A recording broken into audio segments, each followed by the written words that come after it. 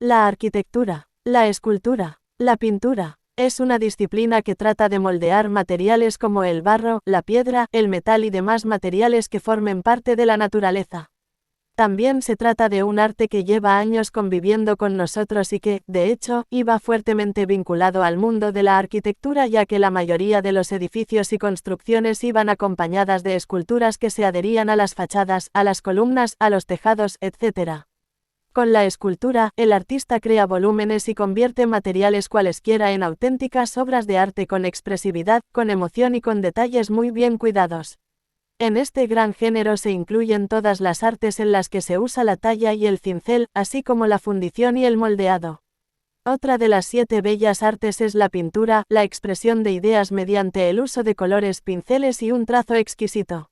La pintura puede realizarse en distintos soportes como, por ejemplo, paredes, muros, lienzos, láminas, hojas de papel, etc., y dependiendo del tipo de material que se use, la pintura puede ser al fresco, al óleo, entre muchas otras técnicas.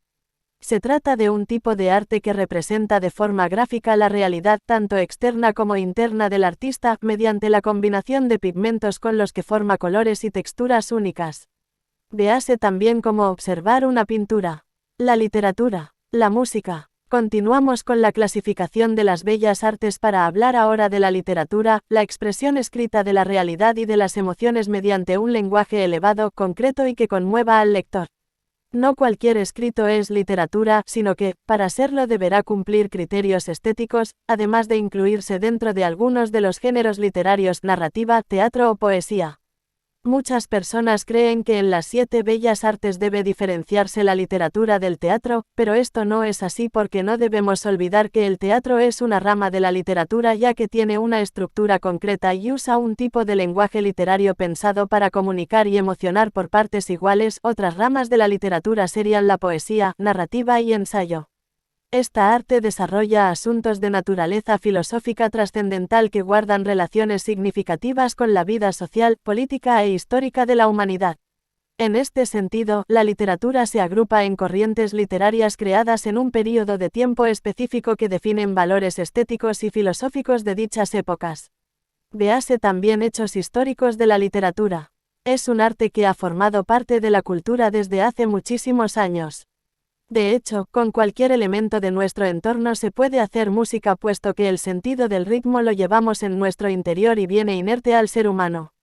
La música es el lenguaje del alma, la melodía que acompaña nuestros sentimientos y que, muchas ocasiones, no podemos expresar con palabras. La música combina sonidos y silencios para crear una melodía, un ritmo y una armonía que nos llegue de forma psicológica y también emocional.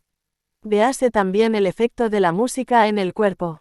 La danza, el cine. Este tipo de arte usa el cuerpo y sus movimientos para poder expresar ideas y lanzar un mensaje, por tanto, el cuerpo se convierte en un medio de comunicación, un lenguaje que está pensado para que la sociedad lo reciba y lo entienda. La danza se puede vincular a múltiples campos, el puro entretenimiento, los actos religiosos o tribales, el arte, etc. Normalmente esta disciplina artística va asociada a la música, otra de las bellas artes. Sin embargo, también puede aparecer danza sin que haya ritmo como una libre expresión del alma y de los sentimientos del bailarín.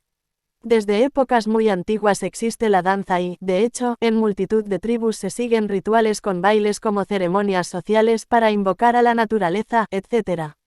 Desde esas danzas primitivas hasta ahora, el género ha alcanzado una máxima brillantez y se ha bifurcado en diferentes subgéneros como, por ejemplo, la danza clásica, o ballet, la danza contemporánea, la danza urbana, etc. Véase también la danza. Este es uno de los más nuevos y revolucionarios en el campo artístico ya que ha conseguido aunar diferentes artes en un nuevo medio. En el cine se une la literatura guión con la música y la fotografía para conseguir que, todos estos elementos juntos, describan, sin necesidad de palabras, el mensaje que el director quiere proyectar con su obra. Véase también corrientes artísticas en el cine. Historia de las bellas artes. El francés Charles Bateau, 1713 a 1780, fue uno de los primeros en tratar de clasificar las bellas artes en su trabajo titulado Les Beaux-Arts réduits à un même principe, las bellas artes reducidas a un mismo principio, publicado en 1746. En dicho texto plantea la unificación de las artes bajo el concepto de belleza y buen gusto. Watteau incluyó en las bellas artes originalmente a la danza, la escultura, la música, la pintura y la poesía, añadió posteriormente la arquitectura y la elocuencia. Con el tiempo, la lista sufriría cambios según los distintos autores que añadirían o quitarían artes a esta lista. Se eliminó la elocuencia. En 1911, Richotto Canudo es el primer teórico del cine en calificar a este como el séptimo arte, en su ensayo, Manifiesto de las Siete Artes, que se publicó en 1914. También por la evolución histórica del término, es habitual que el uso de bellas artes se asocie, en instituciones educativas y en museos de bellas artes, casi exclusivamente a las artes plásticas o artes visuales. En este sentido, la palabra arte también es muchas veces sinónimo de artes visuales, al emplearse en términos como galería de arte. División clásica. Las artes son un fenómeno social, un medio de comunicación, una necesidad del ser humano de expresarse y comunicarse mediante formas, colores, sonidos y movimientos. El arte es un producto o acto creativo. Los griegos antiguos dividían las artes en superiores y menores, siendo las artes superiores aquellas que permitían gozar las obras por medio de los sentidos superiores, vista y oído, con los que no hace falta entrar en contacto físico con el objeto observado. A estas les asignaron el nombre de artes superiores o lo que hoy denominamos bellas artes.